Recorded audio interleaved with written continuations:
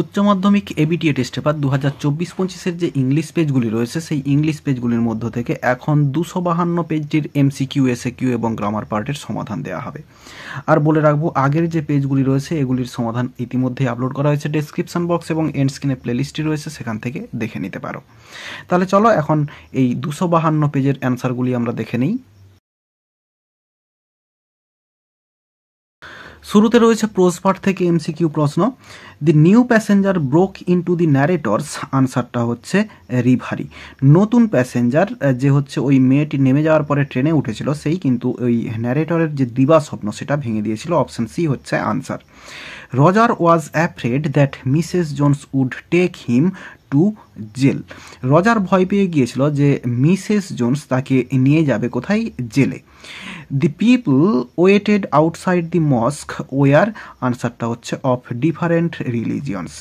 তো যে সমস্ত মানুষেরা মসজিদের বাইরে কালামের বাবার জন্য অপেক্ষা করতো তারা হচ্ছে বিভিন্ন ধর্মের মানুষেরা ছিল।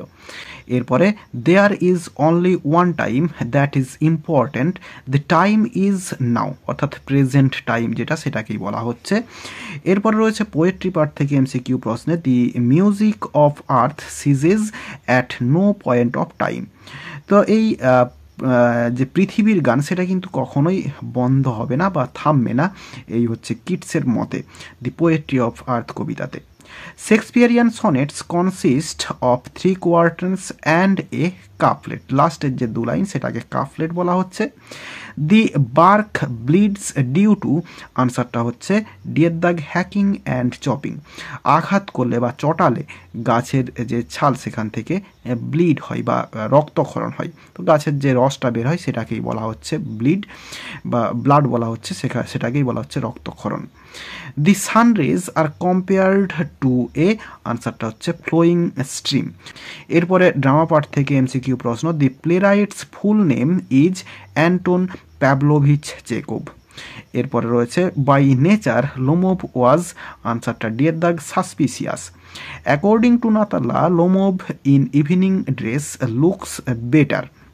তো নাতাল্লার মতে লুমোভ যে ইভিনিং ড্রেসে এসেছিল তাকে কিন্তু ভালোই লাগছিল, বেশি ভালো লাগছিল। এরপরে the couple started their married life with champagne. এরপরে রয়েছে 2-এর দাগে প্রোজ পার্ট এবং পোয়েট্রি পার্ট থেকে এসএকিউ প্রশ্নগুলি, এগুলো খাতায় লিখে দেখাচ্ছি। শুরুতে প্রোজ পার্ট থেকে এসএকিউ প্রশ্ন রয়েছে। Why did the narrator think that he must be sitting in a dark corner. তো ন্যারেটর কেন ভেবেছিলেন যে তিনি নিশ্চয়ই একটি অন্ধকার কোণে বসেছিলেন? আনসারটা the narrator thought that he must be sitting in a dark corner because his voice startled the girl. তার যে গলার শব্দ সেটা মেয়েটিকে চমকে দিয়েছিল এবং এই জন্যই ন্যারেটর ভেবেছিলেন যে নিশ্চয়ই তিনি অন্ধকার কোণে বসেছিলেন। এরপর রয়েছে what did the narrator want to touch. Narrator কোন জিনিসটিকে স্পর্শ করতে চেয়েছিলেন? আনসারটা the narrator of the eyes have it wanted to touch the girl's hair. মেয়েটার যে চুল সেগুলোকে স্পর্শ করতে চেষ্টা করেছিলেন বা চেয়েছিলেন। এরপর রয়েছে what was bestowed on one of Kalam's mother's forebears. তো কালামের মায়ের যে পূর্বপুরুষ তাদের মধ্যে একজনকে কিসে ভূষিত করা হয়েছিল? এই কোশ্চেনটা কিন্তু ঘুরিয়ে ফিরিয়ে অনেকবার আসছে। One of Kalam's mother's forebears was bestowed the title of Bahadur by the British. ব্রিটিশদের দ্বারা বাহাদুর টাইটেলে ভূষিত করা হয়েছিল।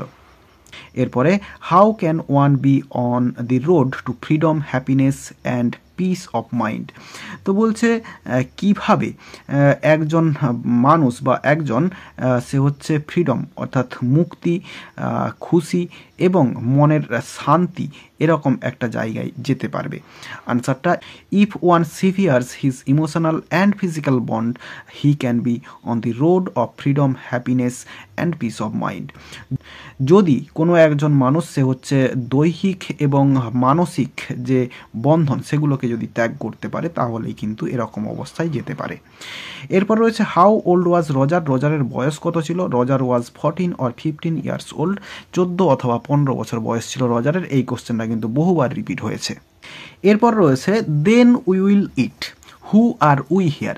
এখানে এই যে লাইনে উই কথাটা বলা হয়েছে, এই উই বলতে কাদেরকে বোঝানো হয়েছে? আনসারটা in the above line we refers to Roger and Mrs Jones. এখানে উই বলতে মিসেস জোন্স এবং রজারকে বোঝানো হয়েছে। এরপর রয়েছে whom did the hermit receive. Hermit কাকে গ্রহণ করে বা কার সঙ্গে কথা বলে এরকম। তো the hermit received only common folk, কেবলমাত্র সাধারণ মানুষকেই সে হচ্ছে গ্রহণ করে বা তার সঙ্গেই দেখা করে। এরপর রয়েছে what is the only important time according to the hermit, হারমিটের মতে যে গুরুত্বপূর্ণ সময় সেটা কোনটা। এটা ঠিক আগের পেজেই পাওয়া গিয়েছে। According to the hermit present time is the only important time, বর্তমান সময়টাই হচ্ছে সবথেকে গুরুত্বপূর্ণ সময়। এরপর রয়েছে এসএ কিউ প্রশ্ন পোয়েট্রি পার্ট থেকে। What grows from the leprous hide, leprous hide থেকে কোন জিনিসটা জন্মায়। আনসারটা green leaves grow from the leprous hide, অর্থাৎ সবুজ পাতা সেখান থেকে জন্মায়। And then it is done, what is done, কোন জিনিসটা হয়ে থাকে বা কমপ্লিট হয়।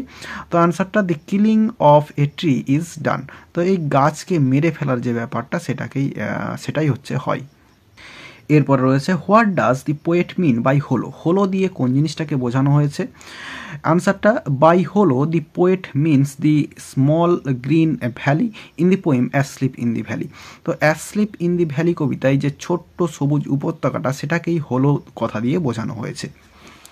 এরপর রয়েছে what does the poet request nature, কবি প্রকৃতিকে কোন জিনিসটা রিকোয়েস্ট করেছেন বা কি করতে রিকোয়েস্ট করেছেন। এই কোশ্চেনটাও কিন্তু অনেকবার রিপিট হয়েছে আগের পেজগুলিতে। আনসারটা the poet of the poem asleep in the valley requests the nature to keep the soldier warm, তো সোলজারটাকে উষ্ণ রাখার রিকোয়েস্ট করেছে এই কবি। এরপর রয়েছে what is the youth compared to by Shakespeare, Shakespeare এই ইউথকে কিসের সঙ্গে তুলনা করেছেন। আনসারটা the youth is compared to a summer's day in sonnet 18 by Shakespeare, তো শেক্সপিয়ার তার সনেট 18-এ এই ইউথকে কম্পেয়ার করেছে একটি গ্রীষ্মের দিনের সঙ্গে। এরপর রয়েছে হুজ সামার ইজ ইটার্নাল, কার সামারটা হচ্ছে বা কার গ্রীষ্মকালটা হচ্ছে চিরস্থায়ী। আনসারটা the poet's friend's youth and beauty, যেটাকেই হচ্ছে অর সামার, অর্থাৎ ইউথ অ্যান্ড বিউটিটাকেই তো সামার বলা হয়েছে, তো এই ইউথ এবং বিউটি এটাই হচ্ছে ইটার্নাল। এরপরে রয়েছে which season does the grasshopper represent, তো গ্র্যাস অপার কোন সিজনকে রিপ্রেজেন্ট করছে। In the poem the poetry of earth the grasshopper represents summer season, গ্রীষ্ম ঋতুকে রিপ্রেজেন্ট করছে এই grasshopper. When according to Keats will the poetry of earth cease, তো কিটসের মতে পোয়েট্রি অফ আর্থ বা পৃথিবীর গান কখন থামবে। আনসারটা according to Keats the poetry of earth will never cease, কখনোই কিন্তু বন্ধ হবে না। একই সঙ্গে আমরা গ্রামার পার্টটিও দেখে নেব, 253 পেজে রয়েছে। His answer filled me with a strange energy and enthusiasm, voice change করতে দেওয়া রয়েছে, ঠিক আগের পেজেও ছিল এবং অনেকবার রিপিট হয়েছে এই গ্রামারটা, ভয়েস চেঞ্জটা। তো এখানে অ্যান্সারটা হবে I was filled with a strange energy and enthusiasm by his answer. এরপরে রয়েছে do you need somebody to go to store asked the boy, এটা ন্যারেশন চেঞ্জ করতে দেওয়া রয়েছে এবং এটিও অনেকবার রিপিট হয়েছে। The boy asked if she needed somebody to go to store. এরপর রয়েছে the tsar promised to restore his property, এটা হচ্ছে কমপ্লেক্স সেন্টেন্স করতে দেওয়া রয়েছে। আনসারটা the tsar promised that he would restore his property. এরপরে রয়েছে he sleeps in sunlight one hand on his breast, splitting করতে দেওয়া রয়েছে। প্রথমটা করব হি স্লিপস ইন সানলাইট এবং এরপরে লিখব his one hand is on his breast. এরপরে লাস্ট গ্রামার রয়েছে I am the most unhappy of men, এই কোশ্চেনটা কিন্তু বহুবার পাওয়া গিয়েছে, এটা হচ্ছে পজিটিভ ডিগ্রি করতে হবে। তাহলে অ্যান্সারটা হচ্ছে no other man is so বা অ্যাজ আনহ্যাপি অ্যাজ আই। এরপর বিয়ের দাগে যে আর্টিকেল প্রিপোজিশন রয়েছে এটি রয়েছে থ্যাংক ইউ ম্যাম থেকে এবং এরর কারেকশনটি রয়েছে দি প্রপোজাল থেকে। আর এরই সঙ্গে সঙ্গে এই পেজটির এমসিকিউ, এসএকিউ এবং গ্রামার পার্টের সমাধান দেওয়া হয়ে গেল। আশা করি বোঝাতে পারলাম। ভিডিওটি ভালো লেগে থাকলে একটি লাইক করো এবং বন্ধুদের মধ্যে শেয়ার করো এবং আমার এই চ্যানেলে নতুন হয়ে থাকলে চ্যানেলটি সাবস্ক্রাইব করে পাশে থাকা বেল আইকনটি প্রেস করো পরের ভিডিওগুলি সবার আগে পাওয়ার জন্য। এই ভিডিওতে এতটাই দেখাবে, নেক্সট ভিডিওতে ভালো থাকো সবাই, ধন্যবাদ।